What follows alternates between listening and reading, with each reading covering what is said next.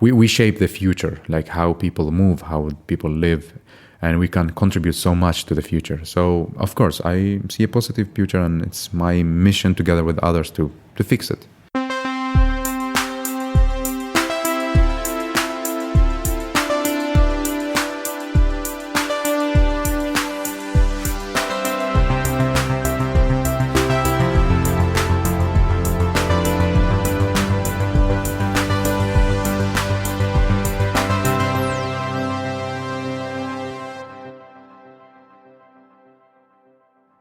Welcome back to Heja Framtiden, the Swedish podcast on the future. My name is Christian von Essen. I'm sitting here in my kitchen studio today with Mustafa Sherif. Welcome to the show. Thank you so much for having me. And before we start everything, I love your kitchen studio. Thank you. My wife decorated it, so yeah, she has great taste. Yeah. You work as an urban developer, an urban planner. Yes, I do. At AFRY here in Stockholm. Can we start by describing your role there? Yeah, sure. I work with urban planning with focus on social sustainability / on kids, like cities for children. And this is my role there, is like most about, before we start to draw anything, like any plan about the future city, my mission together with the team is to talk with the people and to talk with children and ask them what is your dream, needs, expectations. So we gather stories from people, and then we translate these stories to more like design and planning element to the architects. Wow. Yeah, so this is what I do, and then I do like marketing with focus on urban design. Okay. So how did you end up here in Stockholm in the first place? If I go back, I was born in Baghdad in Iraq, 1993. And then I grew up there, and because of the war, we moved to different countries. And then my father decided that, okay, Sweden is the perfect place for us for the future. So we moved to Sweden, to Helsingborg, and I studied in Lund, and then I did my master here in KTH in Stockholm. So then I started to apply for a job. I applied like for everywhere in Scandinavia, and in the end, I got a job here in Stockholm, and I stayed in Stockholm, and I'm in love with this city. Yes, it's like one of my, or it is my favorite city, to be honest. Like I love this harmony between the urban, the water, and the greenery. Are you ever back in Iraq? I was there. We moved to Sweden for 10 years ago, and I was there like for several years ago, but it didn't went so good because like it's still, like this friction and the terror attack, and my family were not happy. They're always, okay, stay at home, don't go there, give us a call if you're moving anywhere. So I didn't enjoy anything. I was at home all the time, and okay, we visited some of my cousins' friends, but still I didn't enjoy. And it's not so, it's a kind of expensive to fly there and to stay there. So I decided, okay, to not go there until like either I make a deal with my family so they don't text and call, or I wait until it's like a kind of safe. So hopefully in the future I will go one more time, because I'm missing my home country, to be honest. Yeah. Yeah. So why did you become fascinated with urban planning and cities in general?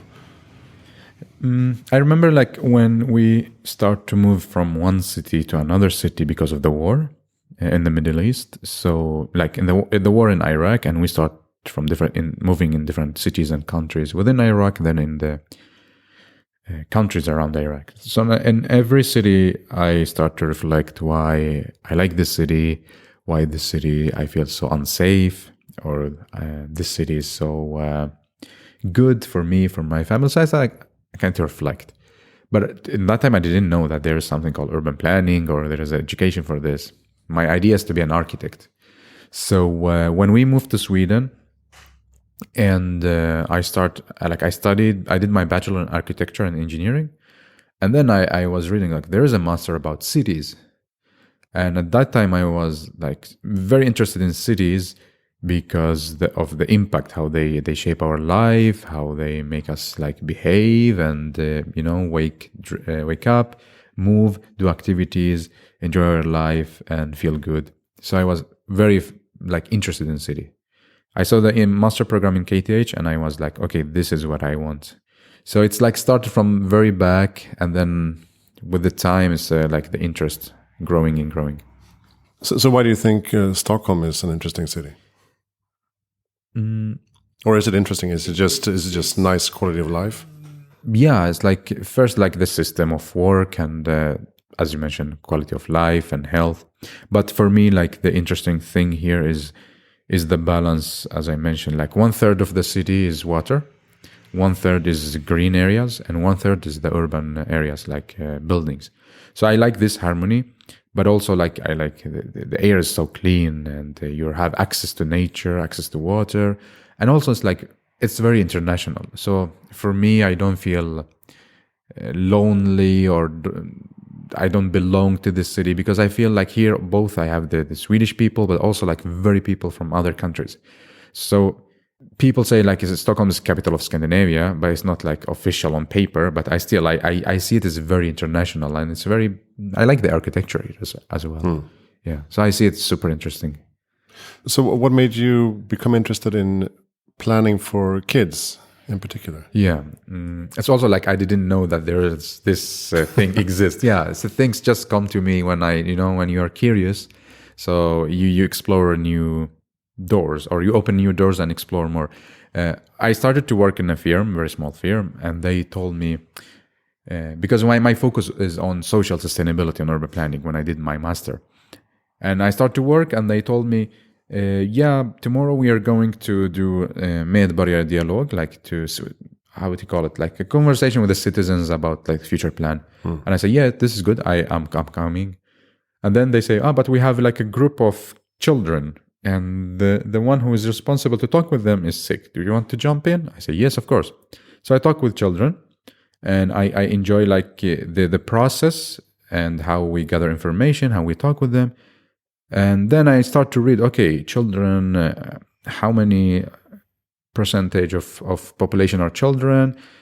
They don't have power to make a decision, but still we're planning their future. So I start to feel, okay, this is like very important and interesting, and not so many people working with this. So I would love to take the lead, and this will be my, my niche. So I started like working with this, and now this is my only, specialities. It's kind of funny, as you mentioned, we construct and we build and we think about the future needs for them, but they don't really have a voice. No. They don't really have a say in this. It's crazy because like there is something called the Convention on the Right of the Child. It's like Barnes Convention that all countries agreed that children have right and so on, but nobody's following it. And from these rights, like children have the right to express themselves, to play, to walk, all this. And for us as adults, when we plan, we don't even listen or involve them, and we consider ourselves, okay, we can everything, and that's it. We decide their future and how the way they're gonna live and so on. So I feel it's a bit like sad that we force them to be part of a story instead of involving them to create the story with us. So how does the urban planning process work in practice when you take these considerations into account, like social sustainability and planning for kids? Yeah. How is that different from the conventional style? It's like the process will become longer because you put another activity, and this activity will affect all the process. Because let's say you want to develop this area. The normal way, you just like hire urban planning firm, and you talk with them. You say we want so many houses, schools, do the job. The urban planners do the plan and send it back. And then in Sweden, the municipality asks people, what do you think? Do you have a feedback? And that's it. Like now I'm make it very simple, but there are some steps. But let's say municipality or land developer want to develop this area. When you want to involve people or children, you cannot just go to an urban planner and say, hey, do this. You say, hey, do this together with people. So urban planners go talk to people, ask them what they need, what they think, what are their dreams, expectations. So you collect data and stories. And then you bring it back home, and you take a look, you read, you say, okay, what is this? What does it mean? Like, what does it mean when kids say, we love to play in the forest? Okay, it means like a green area is very important here, and so on. And then together, you put together the stories to more like guidelines, like green areas, wider walk path and bike path, mixed use first floor, and so on. So you consider them and then you plan. There's this way. The other way is that you actually plan together with the people. Like you bring the sketch paper and tell, okay, I'm thinking to draw the bike line like this and the school yard like this. And people say, no, it's not good. And like this. So how it's like differs like by the time, because you bring in more actors and it's get kind of more complicated.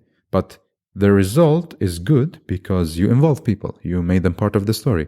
So when it's done, they will take care of it. And because they co-created with you. Do you see that this kind of co-creation in urban planning is becoming more standard now, or is it still far behind? No. To be honest, I'm very happy that I live now, not like, let's say, in the 80s or 70s, because like now it's a big shift happening, at least in Sweden and also other countries, that we involve people or we involve community and children and listen to them. So now it's become, okay, it's part of the planning process. Not in every city, not in every project, but it's not that people, municipalities say, oh no, what is it? They know there is, and some cities have like methods, handbooks and so on. So we are going on the right path, and in the future we will see it like it's an official part of the planning process. I think it's important that you come from the outside to look at a city. I mean, you've been here many years now, but still, it's very easy when you live in a city for a very long time. It's very difficult to see the progress. You don't really realize that the water is becoming cleaner, or the air is becoming cleaner, or the parks are becoming greener. That's maybe something internationally would be more common knowledge, actually. Yeah, like how to say? When I moved from Iraq, here I asked, like, hey, where to drink water? They told me just open the tap and drink. I was like, whoa, because there we buy clean water. And the same about the air quality. You cannot really breathe in some areas there. You need to wear a mask. And here, the oxygen is like the air is so fresh. And doctor tells you like go to breathe outside or go to bike because the air is so good. As an outsider, you really appreciate the values in Stockholm or in Sweden in general. But if you live here, you may be part of this system and you don't really see how good the quality of life is here. Yeah, definitely. Do you see that the Nordic capitals and main cities in general, do they have something in common that is interesting for the future, you think? It's hard to make this conclusion, but the thing in common is that you're near to green areas. And this is really great value, or quality in the cities. In other countries, they consumed a lot of land, and the cities are only urban, not so much of greenery. But here, what I see, in the most of Scandinavian cities, they are very close to the nature, and this quality is very important for the future to keep. Because now the problems in the city is that how are we going to bring back the greenery to the city? But here in Scandinavia, there are some greenery. The challenge is how to keep them and not consume the green land. Yeah, because it's good for air quality and everything. It's for biodiversity, for social activities, for air quality, for a lot of things. I remember there's a Danish architect. His name is Jan Gehl, and he's the one inspires me to study urban planning. He said, when you go to a doctor and you told him told the doctor, I have a problem with health or my body, the doctor will not say, go drive your car. They will say okay, take a bike or walk or be in the park. And this is a very important quality. We have it here in Scandinavia. Are you into the development of smart cities as well? The connected cities? Yeah, actually, it's. I'm very interested in that, digitalization. What is smart city? And now it's what's happening is we talk about digital twin cities. So it's for me, it's super interesting. how will that affect urban planning in the future? Like it's affecting it a lot. For instance, now we have many programs works with AI, and let's say you want to develop an area, you have this AI program. You just write the like how many buildings you want, how many people, how many floors, and then you click on generate, and within 10 seconds you can get 100 different scenarios about how like the area will look like. So it's making it super fast and effective because we now, instead of putting so much time on drawing one proposal or one scenario, in 10 minutes we can get from this AI machine 100 scenarios. So imagine the time that we save. And it's affecting also like the way we think, how buildings looks like, and so on. But also it's a bit dangerous because AI do good job when it comes to hardware, like material, building, street, but not so much when it comes to the life. So how can I guarantee that in this corner between these two buildings are safe, or there's a light and so on? So we need to combine like AI and the human brain. Yeah, it definitely seems like you need always the human component in the urban planning, and the social aspects, Yeah. psychology, behavior. Yeah. Do you think that these kind of competencies are being more integrated now into the teams that are actually building the future? Yeah, now, yes. Now, like, especially here in Sweden, we usually invite, if like, let's say we are a team of urban planners. If our team are not really, how to say, have the knowledge within social sustainability, we invite other experts so they can point and say, oh no, here you're missing this. Here you're not talking about how our seniors will spend their time in the morning because they're not going to offices. So how is the park, the public space? And now it's very common within the education that urban planners, architects studying this social behaviors and the social aspect of urban planning. Yeah, so sometimes you see examples of urban areas that are built for offices and maybe consumption, but after 5-6 o'clock, the entire area is dead. Yeah, because you haven't planned for life, exactly, and for entertainment, restaurants. That was a common mistake. I think. This is we did it during the modernism when we planned actually for cars and how buildings look like, not really for people. We forgot to plan for seasonality, what's happening during winter or summer. We forgot to plan about like the daily activities, morning, afternoon, and nighttime. So, and we also segregated, like if you imagine like a city as a square, we say, okay, this part is for industry, this part for sport, this part for living, this part offices. So during the day, offices is like very active. And as you mentioned now, like nighttime is completely dead. But now as we are heading, we got that, oh, okay, this is a problem. We got so many criminal activities. We wasted a lot of land, like 50% of the day we don't use it and so on. So now we start to plan to more like integrated, multifunctional, like your studio kitchen. It's like here you have so many different activities, but also the buildings, not only offices. It's like your first floor is active, but up there, I guess there are like people living, right? Yeah. Yeah, I think that's a fun use of the city in a way. Exactly. And also I like that it's not all planned. It's not someone who has decided that this shop should be there, this should be there.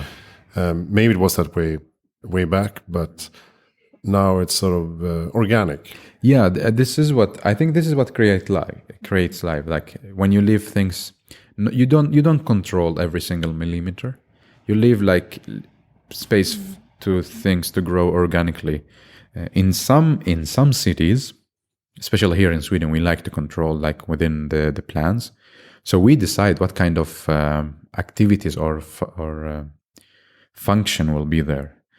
And this kind of control too much the life and not let it like people to come up with the life. So I'm not really into this part of deciding already all the scenario, because you don't know. Maybe this on paper looks good, but in the reality, something else. Maybe the school doesn't make it and it shuts down, and then you have built a whole area around the school as a hub. Yeah, And now it has to be something else. exactly. I don't know. It could be anything, or an industry, for example. Yeah. But is it difficult to? I mean, you have to plan like 100 years ahead. Yeah, yeah, like 50, Right. 100. Yeah, you need to many years in the future. How do you sort of future-proof areas and buildings, and do you take future life into consideration? I mean, do you think ahead, like what will life look like in 50 years' time Yeah. or 80 years' time? Or do you have to sort of trust your instinct in a way? It's like a lot of, how to say, it's a very, very good question. A really good question. And like a lot of different aspects combined together. It's like your own knowledge and how to say, there are many methods, backcasting, forecasting about how we behave now, what's going to happen, especially now with the climate change. So there are many aspects that you combine them together, and also like the rules, what municipality wants to build. Their in Sweden we call it översiktsplan.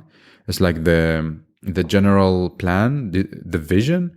So you combine these together, and then you be like, okay, so in 50 years, people might bike and use micromobility, like electrical bike or electrical scooter, more than cars, because they want to spend time locally, and they don't want to spend time on driving cars. They want to spend their time on something more valuable, and maybe the city will be more combined with different functions. So it's like you make scenarios for the future based on what you have now, and some, like, I don't know if they call it prediction, but more like there are methods for this. And maybe watching movies about the future. So Everyone will live on a sort of floating spaceship. And also people will live longer. So they maybe want to stay longer in their apartments. Exactly. Maybe they need more accessibility standards already in place. There is last time in the podcast that I run, we had a guest. She's working with developing robots, and she'd be like, okay, now we have robots that and the plan is that the robots will deliver food to you, will help with the elderly care and so on. And she'd be like, but wait a minute, how the robot will access the building if there's nothing digital? How can the robot take the elevator, Sometimes it's not even an elevator. There is no. And she'd be like, so what kind of smart city are we talking about? So there are very big challenges. Yeah, and I actually have I had another guest on my podcast. Yeah. We talked about the fact that all these futuristic scenarios are they're very spacey, very sci-fi. Well, the buildings are completely different from our buildings now. But that's not really going to be the case in 50 years' time. It's going to be more or less the same buildings, just a bit smarter, a bit more energy efficient, and a bit more AI in the background. Yeah. But it's not like everything will be completely different. That's completely true, because like the urban planning process and the law, the rules, it's very slow moving forward. So still, if we see in the movies, like, cars flying, drones, but we are not there, not even in 100 years. So our cities will look almost the same, but as you mentioned, we will optimize, like we will upgrade what we have now. And even the new things that we're going to build, the way they look is not going to be so much different from what we have now, because of the policy that we need to keep everything almost the same. And, we have a system, so we cannot bring something different and just put it. We need to plug in almost the same buildings that works with this system, because like the scale is very big, and it's not easy just like to change it. Yeah, and you will probably not get a permit for building something exactly no really extravagant in the middle of town. Yesterday we had a conversation with my colleagues, and we'd be like, what if an architect wants to do something like super crazy here, a crazy building? First, like the municipality will not allow you because of the guidelines. Then even if you do it, people will say, oh, what is this? It's like very ugly, or, They will protest it in the local newspaper. Exactly.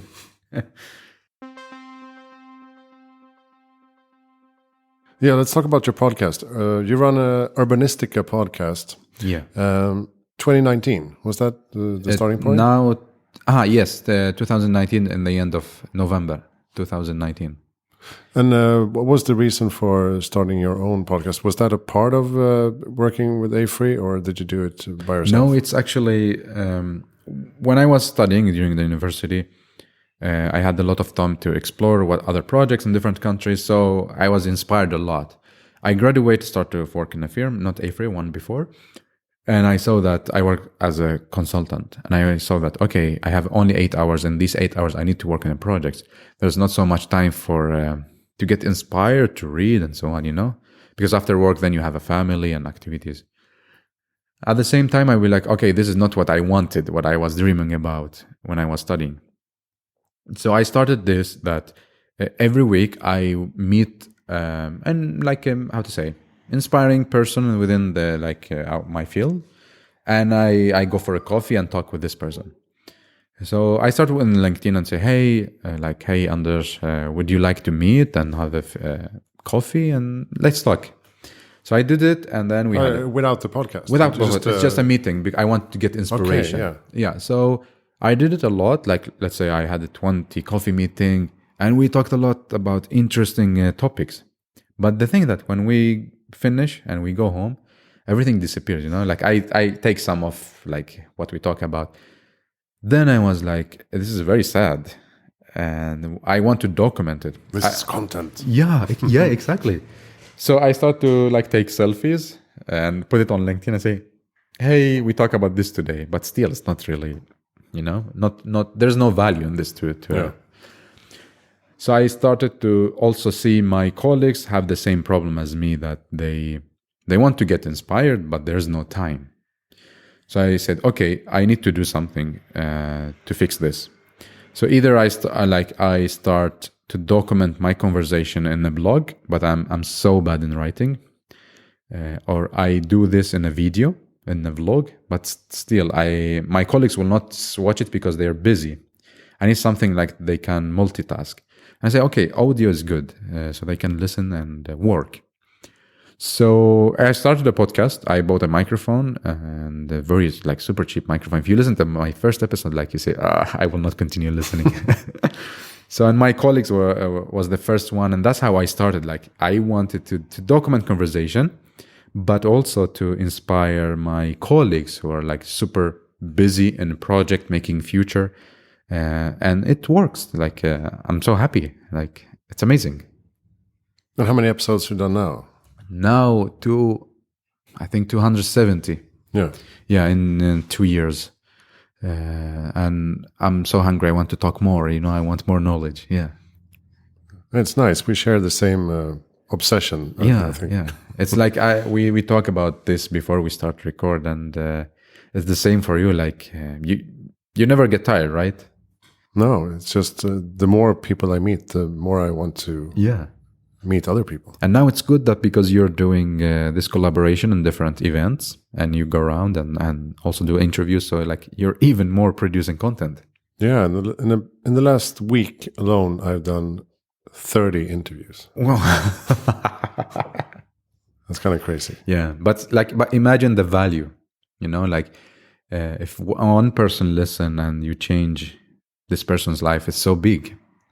Yeah. So it's also a message from me to you, you should really keep doing this, and with the same energy, if not more. Yeah, I think this is a project that will never die. Yeah. Really. Somebody asked me how long will you do the podcast? And I told him until I die, because it's a conversation, and it's just sharing knowledge, networking. And also I see, behind the scenes, many people collaborate because they listen to this person, and okay, I like to work with mobility, so they write this person and they collaborate. Or many students also start to write their thesis about this project and take contact with the guest.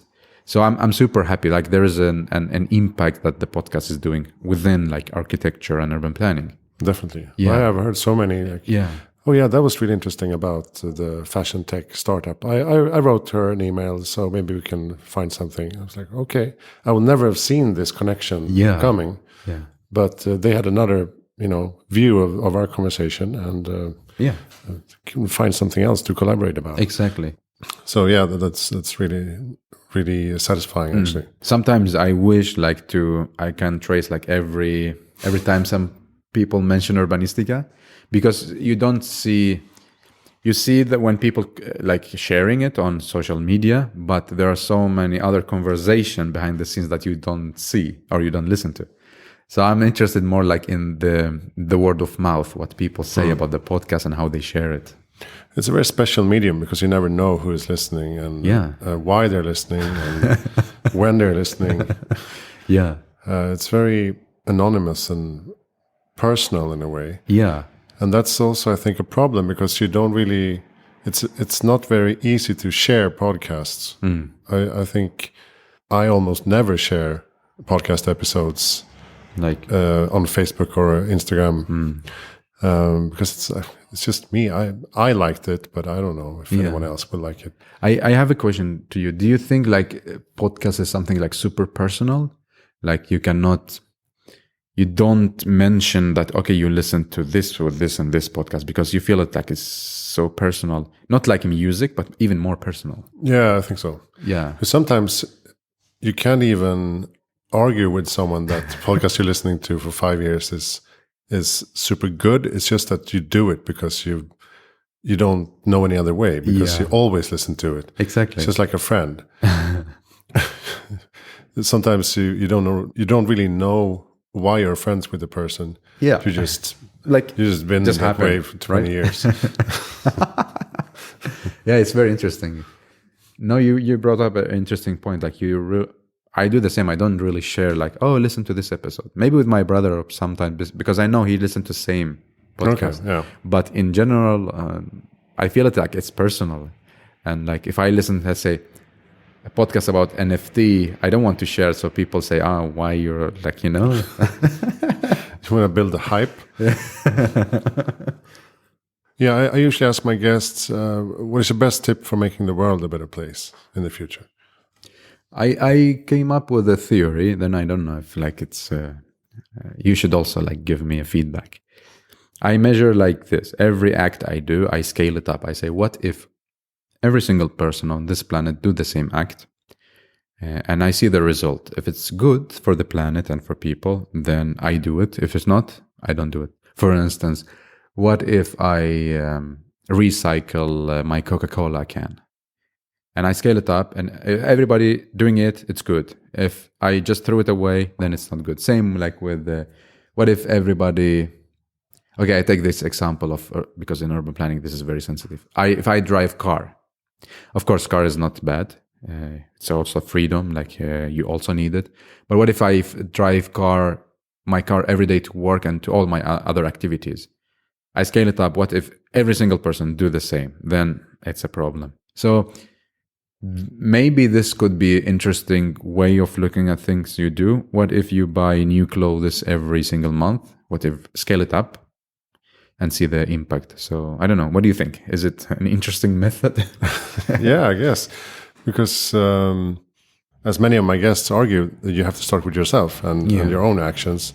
So, and they are naturally scalable because if you influence your surroundings with your actions, then maybe they will take the same actions. And it does make a difference in the long run, even if you don't feel like you're doing a difference yourself. Yeah. So absolutely, that could be a good measure, actually. Yeah. Another advice that I give to myself first is like reading or like getting more knowledge about different aspects in life. Like for me, I don't read so much, to be honest. I listen to so much to podcasts, and I listen to I love your podcast, by the way. How to say, educate yourself and get more knowledge about, like, even if you're not really interested in this topic, let's say in food and tech. Okay, maybe you work with architecture or maybe you work with sport, but still, I think you can find the interesting meeting point when you out of your comfort zone. Like when this topic, absolutely you're not interested in, but like give it a chance, listen to it, learn and see what's in it for you. And then you will have knowledge about different, like about climate, about food, about your body, about like economy. So, but don't close the door and say, no, I'm not really interested in this. And I what I like with your podcast, to be honest, is like you have different people. And even like sometimes I'm not interested in let's say in mobility or other stuff, but still I listen, I see, okay, what's there? What's in this world? And who knows? Maybe it's open a new door for me. Yeah.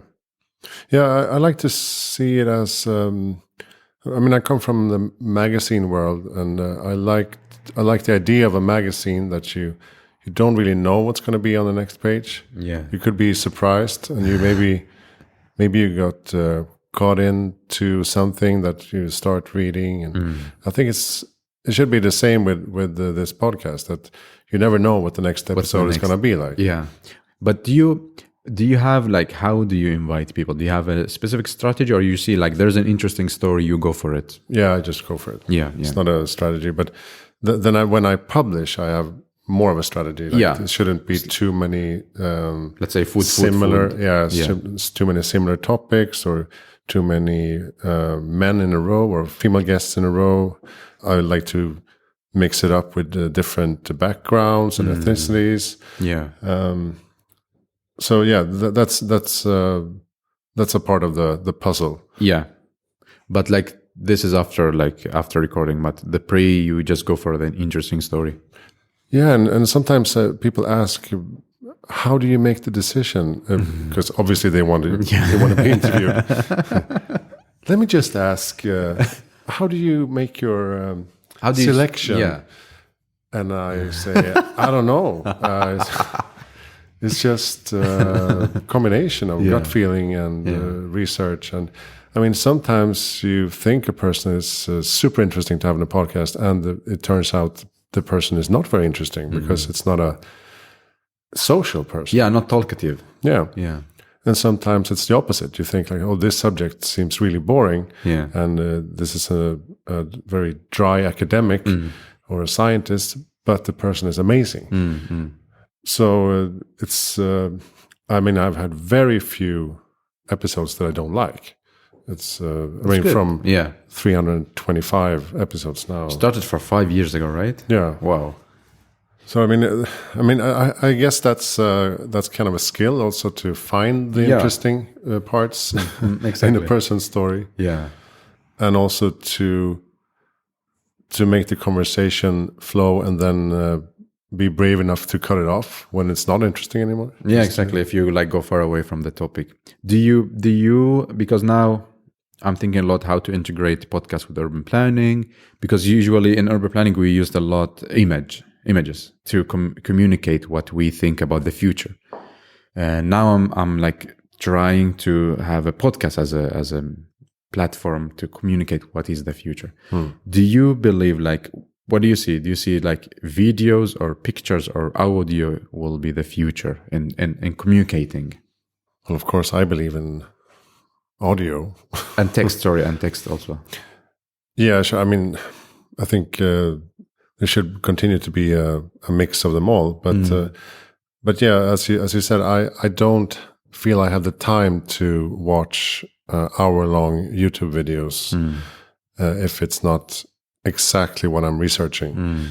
So I like the multitasking part, and I think that the podcasting sector is only going to get more interesting with the integration of sound and different perspectives, and almost like documentary style podcasting. Yeah. I think that could be a way.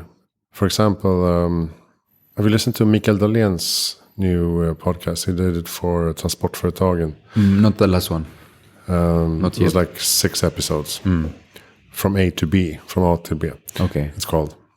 And it's more of a storytelling approach, that he has monologues, and then he goes to see someone at a factory, and maybe has a phone conversation with someone, and he tells a story and he sort of ties it in the end.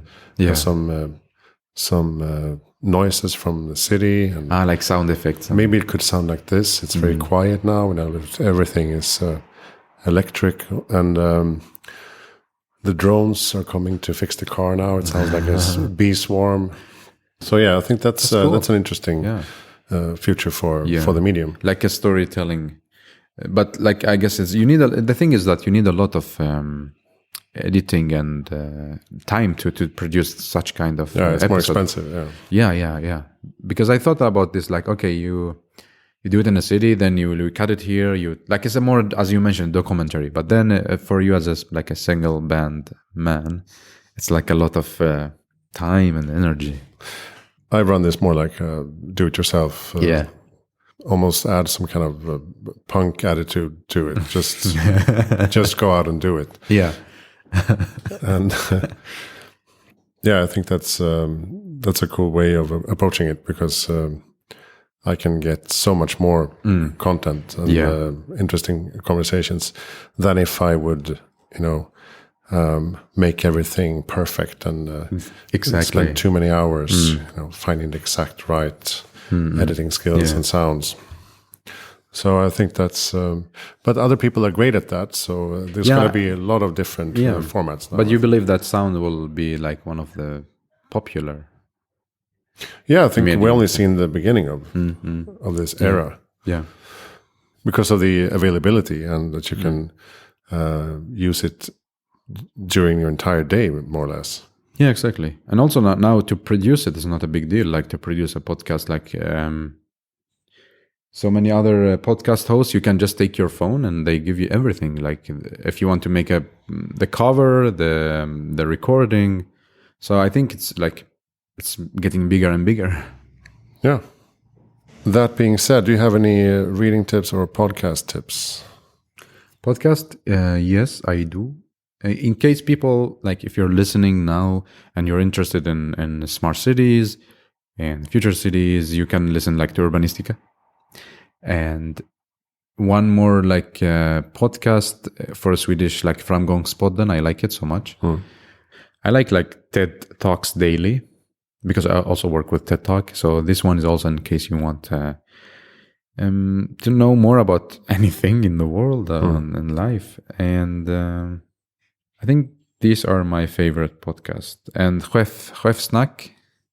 This one I like so much, about leadership and future, but more focus on leadership. I like it so much. So Urbanistica, Chef Snack, Framgångspodden och TED Talks daily. My recommendation. Because they already listen to Heja Framtiden. So. Yeah, of course. That's obvious. Yeah.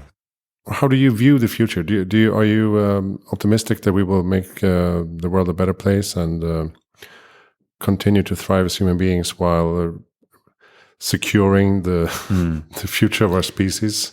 Yeah, I think, or I like to think like this. I'm very positive and optimistic. I think when it comes to cities, so we are on the right way. When it comes to Scandinavia, okay, we got the thing with social sustainability. It's important. And with the ecological part and greenery, it's important. So so far this is step 0 that we understand. This is very important. So in the next coming years, that we going to work actively with these values and the qualities. And about the future in general, of course, we have now the challenges, the climate change, and governments, cities are acting maybe very super slow, but at least they are not. They're doing something. And I think it's going to be a kind of, we're going to face some big problems when it comes to climate, but we as human beings will come together and say, okay, let's fix this before we die. Yeah. So, but does it mean that life is good and everything is going to be good? No, we will face a lot of problems, but at the same time, it's not going to be, how to say, like in the movies, everything is going to be dark and so on. So yeah, I see a bright future, to be honest. It's also important for you as an urban planner to build resilience from the beginning, right? To address climate change before it happens. Yeah, we have so many problems. We have a climate change, we have segregation, We have this the big gap between different groups of people. So there are so many problems. My mission as an urban planner to build a city that helps to solve these problems. Then what I do is not enough. We need you like to write about this. We need other people to do also their part, and that's how we can fix a problem. But it's the bigger, how to say, we shape the future, like how people move, how people live, and we can contribute so much to the future. So of course I see a positive future, and it's my mission together with others to fix it. Good. Who do you think I should interview? I have two people in mind. The first one is Anne Moulin. She is the Secretary General of Hack for Earth Foundation. Okay. I worked before with her. She is doing hackathons in order to create like a citizen-driven solutions to create a future. I think you will like the methodology and the process of hackathon and how it's actually result in concrete solutions. So Anne Moulin, the other one is Elena Khudin. She's actually in Helsingborg. And she works with robots. Yeah, I've actually interviewed her already. I haven't released it. Okay, awesome. Then you don't. It's on my to-do list. Yeah. So it's like amazing. Then you have only one person. What's her company called? Robot Minds. Robot Minds. Yeah. It's the one who told me like, okay, we talk about your smart cities, but my robot cannot even enter the building. Oh yeah, that's perhaps her. Yeah. Very good. Yeah. All right. Thank you so much, Mustafa Sherif, for joining here from Framtiden. Thank you so much for having me, and keep up the good work. Yeah, you too. MustafaSherif.com. A lot of information about you and your background and your podcast, Urbanistica. You can find Urbanistica on all the podcast platforms. Afree.com is your employer. Exactly. And sponsor of the pod. Yeah. And they work with... not only urban planning, but all kinds of consultancy within exactly like tech and anything like food tech, energy, anything related to cities. Yeah, very interesting company. Check out hejaframtiden.se for more information about this podcast and my other projects, books, magazines, lectures, stuff like that. My name is Kishan von Essen. Thank you so much for listening.